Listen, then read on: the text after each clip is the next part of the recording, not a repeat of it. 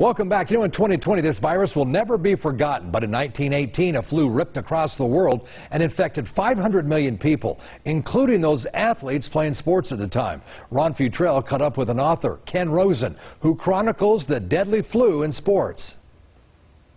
So Montreal gets on a train and travels all the way out to Seattle, where the entire series was going to be held.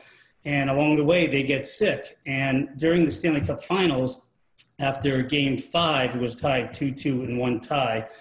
During Game 6, a number of the players get sick literally on the ice.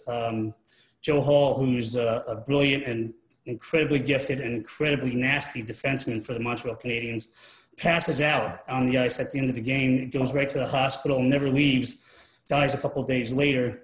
And a couple of the other players got sick. The general manager gets sick, and they can't put a team on the ice for the final game to decide the Stanley Cup. So the Cup series is canceled in 1919, and it was decided by the board of directors who managed the Cup that they would just give the Cup to Seattle because Montreal had a forfeit, basically, and Seattle, you know, being gentlemen in this very rough and tumble sport, said, we don't want it, we didn't win it on the ice. So it went back to Montreal, but on the Cup itself, where every name and every team is inscribed, since 1892, who won the Cup, it says 1919, no champion, no winner of the Stanley Cup. Now, also baseball was involved. Babe Ruth got this, what it's been called is the Spanish flu. You know what? He almost died from it. And the interesting thing was 1918 when he got sick, which was the last time the Red Sox had won the World Series before 2004, which was, you know, one of the greatest, you know, sporting streaks. Four days in October, yeah. Yes, exactly.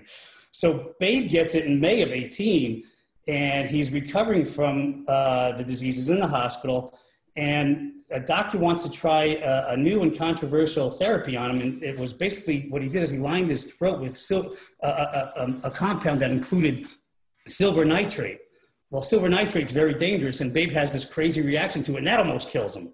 So he didn't actually get it twice. He almost died twice, once from the flu. The second time was from the treatment that they were clearly unsure of how to treat the disease back in 1918, 1919. Did sports stop like it has now, or did they take a pause? Or they keep playing through it? They played through it for the most part. There were some 1918. You know, the Red Sox, like we said, win the World Series. So you know they played throughout their entire season. The spring of 1919 was the third time it came around and kind of burned itself out that summer.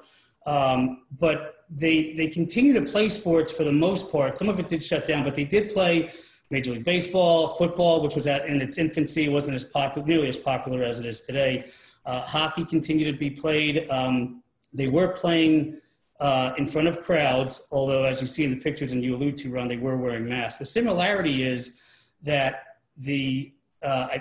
my feeling is that the similarity is we've identified what we're dealing with, and we're able to react to it much quicker than they were able to do in 1919, mainly because of medical science and where that's taken us to today.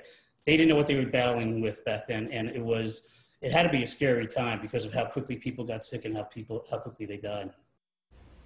All right. Well, thank you very much. Still ahead, we dug up